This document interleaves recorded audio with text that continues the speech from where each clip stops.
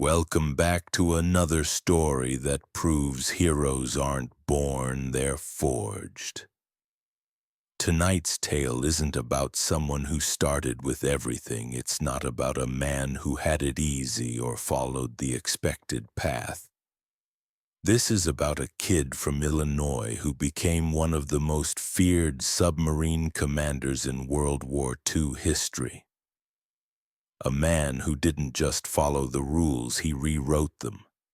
If you believe in the power of determination over destiny, hit that like button. If you think this story deserves to be heard, make sure to subscribe because this is the kind of legend that changed the course of naval warfare forever.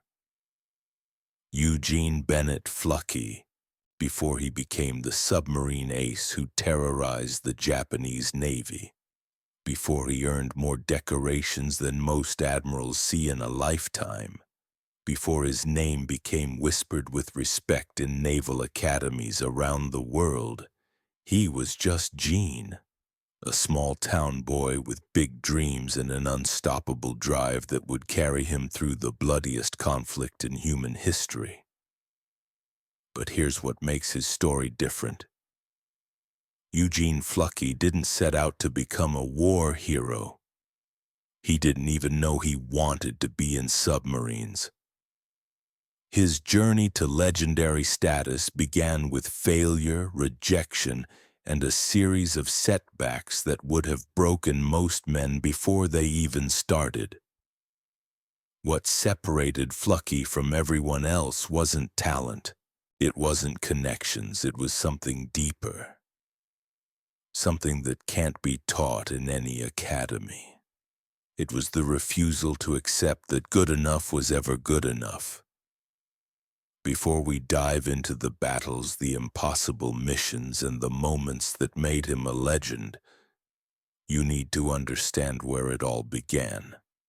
Because the boy who grew up in rural Illinois carried something inside him that would eventually make the Imperial Japanese Navy wish they'd never heard his name. October 5th, 1913, Washington, Illinois. A small farming community where everyone knew everyone else's business and dreams rarely stretched beyond county lines.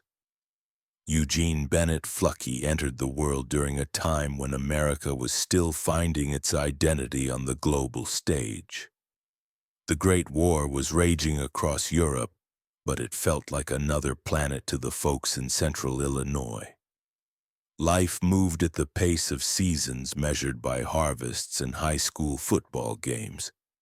Gene's father worked steady jobs, nothing fancy, nothing that would make headlines. His mother kept the household running with the kind of quiet strength that Midwestern women were known for. They weren't wealthy. They weren't connected to powerful people. They were ordinary Americans trying to build something better for their children. And that's exactly what shaped the man Eugene would become. No shortcuts, no silver spoons. Just hard work, discipline, and the belief that if you wanted something badly enough, you found a way to make it happen. As a kid, Gene wasn't the biggest or the strongest.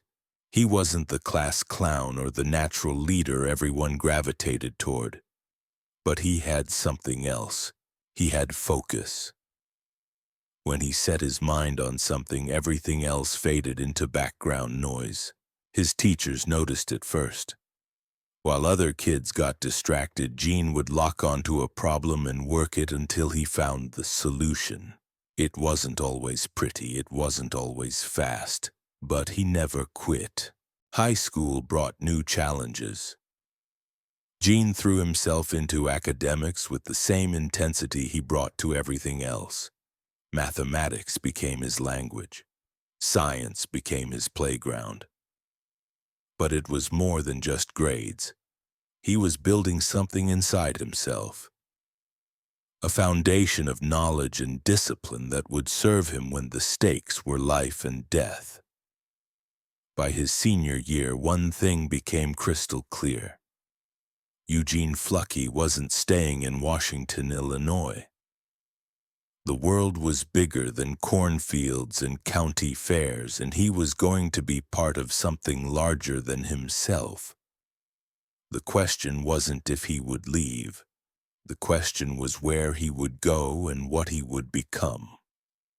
The answer came in the form of an appointment to the United States Naval Academy.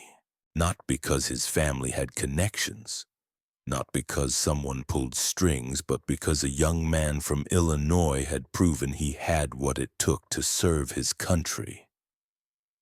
The appointment arrived like a ticket to another universe. Annapolis wasn't just a school. It was a forge where ordinary young men were transformed into naval officers. 1931, Annapolis, Maryland. The Naval Academy stood like a fortress of tradition and discipline along the Severn River. For a kid from small-town Illinois, walking through those gates felt like stepping into history itself. The buildings carried the weight of generations. The uniforms, the ceremonies, the uncompromising standards. Everything was designed to separate those who belonged from those who didn't. Eugene Fluckey arrived as a plebe with one small bag and unlimited determination. What he found was 4 years of the most demanding education in America. Academic classes that pushed his mind to its limits. Military training that tested every ounce of his character. Physical challenges that left him exhausted and stronger at the same time. But Annapolis wasn't just about individual achievement. It was about learning to be part of something bigger. About understanding that leadership meant serving others before yourself. About discovering that the man standing next to you might be the difference between life and death someday. These weren't abstract concepts in textbooks. They were the foundation of everything the Navy represented. Gene excelled, but not without struggle. The academic load was crushing. The military discipline was relentless. Upperclassmen made sure plebes understood their place in the hierarchy. But instead of breaking him down, every challenge made him more determined. Every setback became fuel for the next push forward. Mathematics and engineering came naturally to him. Navigation and seamanship felt like second nature. But it was in the leadership courses where something special began to emerge. Eugene Fluckey didn't just learn how to give orders. He learned how to inspire confidence, how to make split-second decisions under pressure, how to carry the weight of other men's lives without letting it crush him. By his final year, his classmates knew something the rest of the world would discover later. Eugene Fluckey was different. Not louder or flashier than everyone else. But when things got difficult, when the pressure mounted, when others started to crack, Gene got calmer, more focused, more dangerous. Graduation day, 1935. The ceremony was everything you'd expect from the Naval Academy. Pomp and tradition stretching back generations. Families proud beyond words. Young men ready to serve their country as commissioned officers in the United States Navy. Eugene Bennett Fluckey walked across that stage as an ensign, but he carried something else with him. 4 years of preparation for challenges he couldn't yet imagine. His first assignment took him to the USS Nevada, a battleship that represented the backbone of American naval power. For a new ensign from Illinois, serving aboard a ship that massive was like stepping into a floating city. 16-inch guns that could hurl shells 20 miles. Armor thick enough to stop enemy fire. a crew of over 1,000 men working together like parts of a precision machine. But Eugene Fluckey wasn't destined to spend his career on battleships. Something else was calling to him, something that would require everything Annapolis had taught him and more. The submarine service was still considered the Navy's most dangerous assignment. Experimental, risky, the kind of duty that separated the bold from the cautious. Most officers avoided submarines. The technology was still developing. The missions were unpredictable. The survival rates spoke for themselves. But for a young officer who had spent his entire life refusing to take the easy path, submarines represented the ultimate challenge, not just the technical complexity of operating underwater, not just the physical demands of life in a steel tube beneath the ocean, but the leadership challenge of commanding men in the most isolated, dangerous environment the Navy had to offer. Eugene Fluckey requested submarine duty, not because it was safe, not because it offered the fastest path to promotion, but because when the next war came and everyone knew another war was coming, submarines would be where the real fighting happened, where individual commanders could make the difference between victory and defeat, where a small-town kid from Illinois could prove that heroes aren't born with advantages. They're made through preparation, determination, and the willingness to face whatever comes next. They're made through preparation, determination, and the willingness to face whatever comes next. The submarine school at New London, Connecticut felt like starting over again. Everything Eugene Fluckey thought he knew about naval warfare got thrown out the window the moment he stepped inside his first submarine. This wasn't surface warfare where you could see your enemy coming from miles away. This wasn't the predictable rhythm of battleship life with its massive crews and established procedures. This was something entirely different. Something that demanded a new kind of thinking. Submarines in 1936 were still more science experiment than proven weapon. The technology was temperamental. The living conditions were brutal. Men lived packed together in a steel cylinder barely wider than a school bus, breathing recycled air and eating canned food for weeks at a time. The psychological pressure was unlike anything else in the military. One small mistake, one failed system, one moment of panic, and everyone died together in the crushing depths. Most naval officers looked at submarine duty as career suicide. Too dangerous, too unpredictable, too far removed from the traditional path to flag rank. But Eugene Fluckey saw something else. He saw the future of naval warfare. While battleships fought like heavyweight boxers, trading massive blows in predictable patterns, submarines fought like assassins. Silent, deadly, capable of appearing anywhere, striking without warning and vanishing before the enemy could respond. The training was unlike anything he'd experienced at Annapolis, learning to navigate underwater using only instruments and instinct, understanding how water pressure affects every system on the boat, mastering the delicate balance between staying hidden and staying alive. But most importantly, learning to think like a submarine commander, to see opportunities where others saw only danger, to calculate risks that would paralyze most men. Eugene excelled, but not because it came naturally. Every skill was earned through repetition, failure, and the refusal to accept anything less than perfection. Dive procedures, emergency surfacing, torpedo calculations, navigation in zero visibility. Each lesson built on the last, creating a foundation of knowledge that would prove invaluable when the shooting started.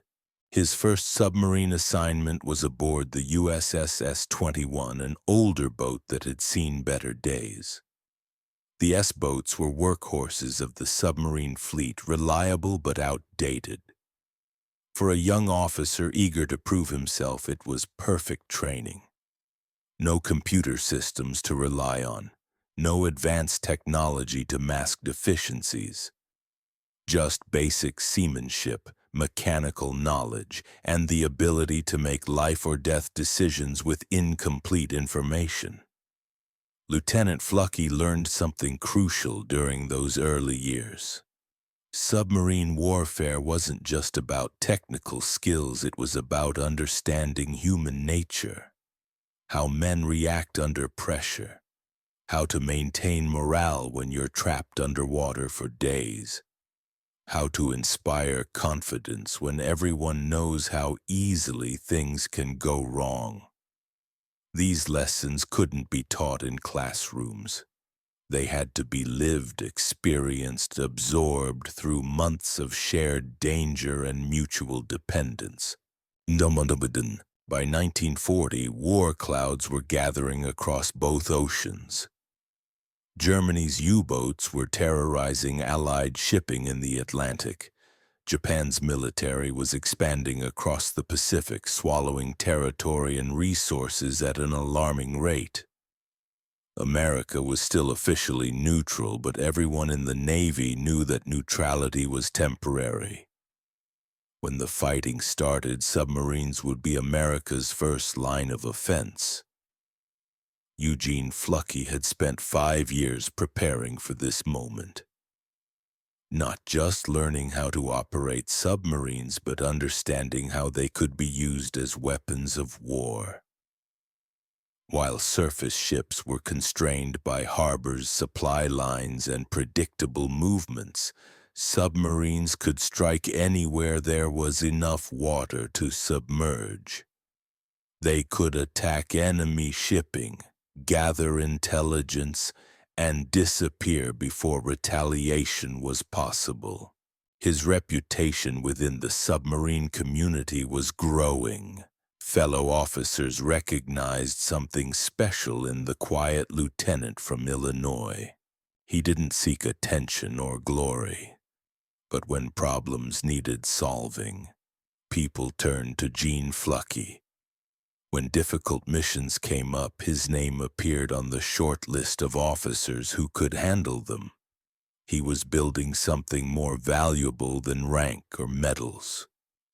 He was building trust. The attack on Pearl Harbor changed everything overnight. December 7th, 1941. America was at war and the Pacific Fleet was crippled.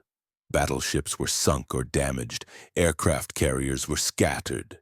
Traditional naval power was temporarily neutralized, but submarines were still operational, still capable of taking the fight to the enemy, still able to make Japan pay a price for their aggression. Eugene Fluckey was ready.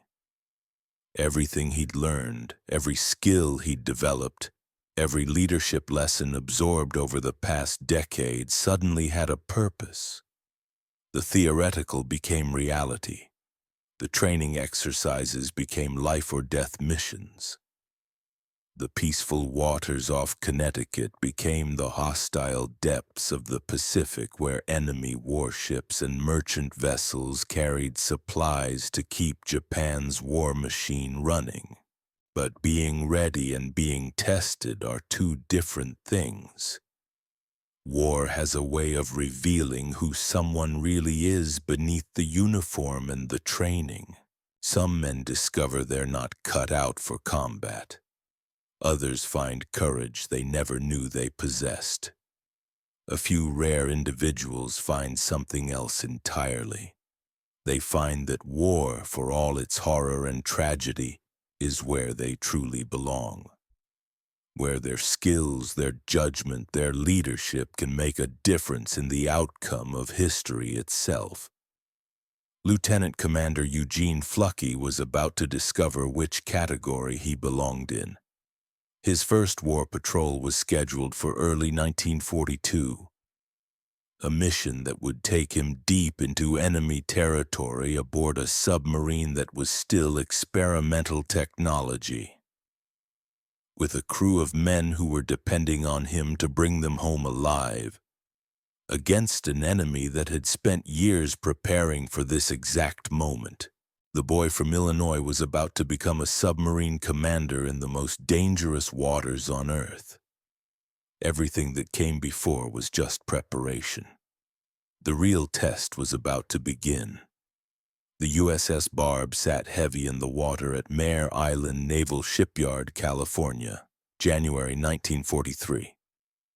She was a Gatto-class submarine, 311 feet of steel and machinery designed for one purpose: to hunt, to kill, to survive in waters where survival was never guaranteed. For Lieutenant Commander Eugene Fluckey, she represented everything he'd been working toward. Not just a command, but a weapon he could wield with precision and deadly intent. Taking command of a submarine in wartime wasn't like any other naval assignment. There were no training wheels, no gradual introduction to responsibility. From the moment he stepped aboard, 80 men's lives depended on his judgment. One wrong decision meant they all died together in the crushing depths of the Pacific. One moment of hesitation could cost them the chance to strike a decisive blow against the enemy. Fluckey spent weeks getting to know his boat and his crew. Every valve, every gauge, every system had to become second nature. But more than that, he had to understand the men who would follow him into combat. Chief petty officers with decades of experience, young sailors barely out of training. Each one brought skills and weaknesses that could determine the success or failure of their missions. The crew watched their new captain carefully. Submarine commanders came in all types. Some ruled through fear. Others tried to be everyone's friend. A few were so focused on glory they forgot about survival. But Eugene Fluckey was different. He listened more than he spoke. He learned before he led. He asked questions that showed he cared more about effectiveness than ego. During training exercises off the California coast, something clicked. The USS Barb began operating like the precision instrument she was designed to be.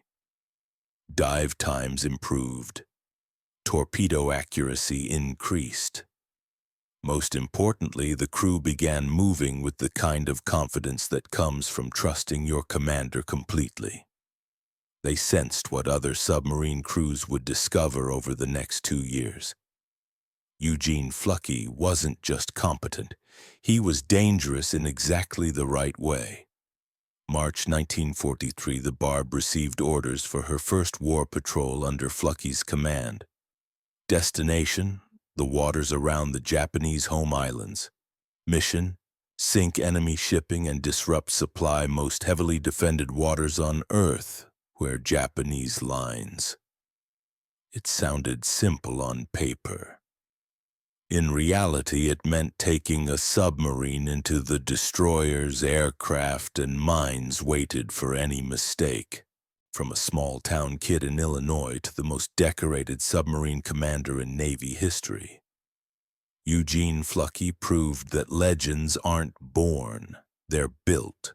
One decision at a time, one challenge at a time, one refusal to quit at a time.